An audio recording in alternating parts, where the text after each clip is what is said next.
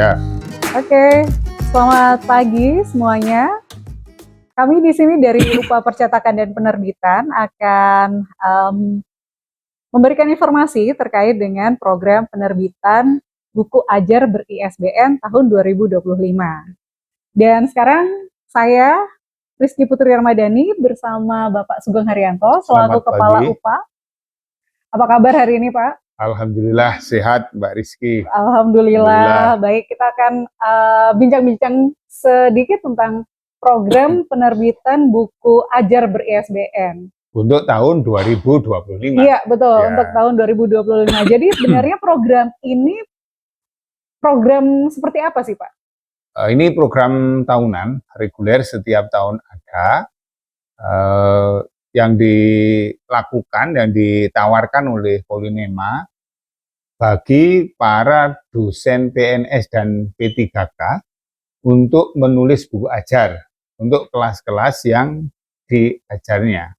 Oke, jadi yang menulis buku ini harus pengajar kelas tersebut ya? Harus pengajar kelas tersebut. Seandainya satu kelas paralel itu diajar oleh 3 orang misalnya, harus ditulis oleh 3 orang buku itu. Agar betul-betul digunakan di dalam kelas. Tujuannya apa? Kenapa harus seragam? Paling tidak ada yang sama berdasarkan buku itu, agar setiap mahasiswa itu menerima, bukan asupan gizi ya, menerima ilmu yang sama lah antara satu kelas dan kelas lainnya, tidak ada perbedaan. Tidak ada standar perbedaan. Begitu. Baik. Ada minimal atau maksimal jumlah tim penulisnya atau tidak? Tidak ada. Yang penting semua penulis itu mengajar mata kuliah yang bersangkutan. Oke. Kalau memang yang ngajar itu hanya 1 ya 1. Kalau yang ngajar 3 ya 3. Kalau yang ngajar 5 ya 5. Gitu. Oke, baik. Lalu untuk tahun 2025 ini ada yang baru atau tidak, Pak, dibandingkan dengan tahun-tahun sebelumnya? Ya, ada yang baru untuk 2025. Yang 1, kalau tahun-tahun sebelumnya itu hanya 50 judul. Untuk tahun ini 100 judul, Pak Rizky. Luar biasa ya, Pak ya. Ini 50%. Tantangan berat bagi para dosen dan bagi kita di UPA Percetakan dan Penerbitan. Supaya ini bisa tercapai, kami telah mengaturnya menjadi 2 batch. Menjadi 2 tahap. Tahap 1 di semester ini dan tahap kedua di semester berikutnya. Dalam tahun ini masing-masing 50 judul. Masing-masing 50 judul ya. Tahap 1 ini kira-kira dimulai kapan? Tahap 1, sebelum mulainya apa yang bisa ditulis di tahap 1 ya. Oh iya, baik. Untuk buku yang diterbitkan di tahap 1 ini dan juga tahap 2 nanti, tidak ada buku monograf dan referensi. Yang dibiayai oleh Polynema hanya buku ajar. Lalu bagaimana kalau dosen-dosen, rekan-rekan dosen ingin menerbitkan buku referensi, monograf yang bukan buku ajar, tetap bisa dengan program penerbitan mandiri. Sangat murah, jauh lebih murah daripada penerbitan-penerbitan di luar. Nanti rekan-rekan kalau ingin tahu lebih jauh seberapa murah itu dan tarifnya, bisa dihubungi kami melalui nomor WhatsApp yang kami sediakan. Iya. Itu ya. Kemudian yang kedua, tidak sembarang buku ajar juga. Tapi buku ajar yang digunakan semester 1. Bukan semester ganjil ya. Semester 1, berarti kelas 1 ya? Kelas 1, semester pertama. Bukan ganjil. Dan bukan kelas internasional. Dan bukan kelas internasional. Ini khusus tahap 1? Khusus tahap 1. Maksudnya, harapannya selesai tahap 1 ini, buku itu langsung bisa digunakan di semester berikutnya. Kan itu ada intake baru ya, mahasiswa baru semester 1. Demikian juga nanti di semester 2 itu buku khusus untuk buku semester 2 di tahap 2 khusus untuk semester 2. Bukan semester genap lagi ya. Kelas semester 2 untuk kelas 1. Kelas 1. Sebanyak 45 judul. 45 judul. Plus 5 judul untuk kelas internasional. Artinya harus berbahasa Inggris. Oke. Baik. Begitu. Jadi di tahap pertama ini khusus mata kuliah semester 1. Betul. Non kelas internasional, Ya, gitulah ya, kira-kira. Lalu nanti di tahap 2 akan ada 50 judul lagi. Dibagi dua. 45 judul non kelas internasional. Untuk semester. Untuk semester 2. Dan 5 judul berikutnya itu khusus untuk kelas internasional. Nah, kalau semesternya untuk tahap sekarang kita tidak mengatur dulu untuk yang kelas internasional. Karena ini masih baru pertama ya, program pertama, sehingga masih banyak yang perlu ditulis untuk kelas internasional. Sementara untuk kelas non internasional ini kita sudah bertahun-tahun ya, tentunya sudah banyak lah buku ajar yang dihasilkan. Sehingga kami di UPA Percetakan dan Penerbitan telah mendata pada bulan lalu untuk setiap program studi semester 1 yang sudah ada apa, yang belum ada apa. Semester 2 yang sudah ada apa, yang belum ada apa. Jadi nanti rekan-rekan calon penulis melihat daftar kami itu. Mana yang belum ada, ya itu yang bisa ditulis. Yang sudah tidak identifikasi sudah ada, ya itu tidak bisa ditulis lagi. Mungkin ada pertanyaan, kalau revisi bagaimana? Edisi revisi belum diperbolehkan sekarang karena kita masih banyak kekurangan untuk yang belum ditulis. Ya, gitu. Jadi untuk tahun ini berfokus pada mata kuliah yang belum ada buku ajarnya. Ya. Gitu ya. Terus ada pertanyaan, kan itu sudah 2 tahun lalu, setahun lalu Pak, kan berubah isinya. Bagaimana? Selama di dalam identifikasi kami itu sudah ada buku ajar untuk mata kuliah tersebut, sementara tidak diterbitkan dulu untuk revisinya. Nah, jadi tetap pakai yang itu, revisi penambahan atau pengubahan bab itu bisa diberikan sebagai suplemen di kelas. Oke, baik. Baik. Lalu pada tahap 1 itu Pak, ini ada tahapan-tahapan pendaftarannya atau seperti apa nih Pak? Ya. Satu ya pemberitahuan ya. Pemberitahuan. Sosialisasi lah. Sosialisasi gitu. seperti ini ya. Nah sekarang yang rekan-rekan lihat ini adalah video dalam rangka sosialisasi itu. Sosialisasi penerbitan buku ajar tahap 1. Tuh. Kemudian setelah sosialisasi ini nanti mulai 10 Februari sampai 28 Februari 2025, rekan-rekan setelah melihat daftar buku ajar mana yang belum ada ya, mulai mendaftarkan diri sebagai calon penulis. Mendaftarkan diri sebagai calon penulis. Jadi menunjukkan minatnya sebagai calon penulis.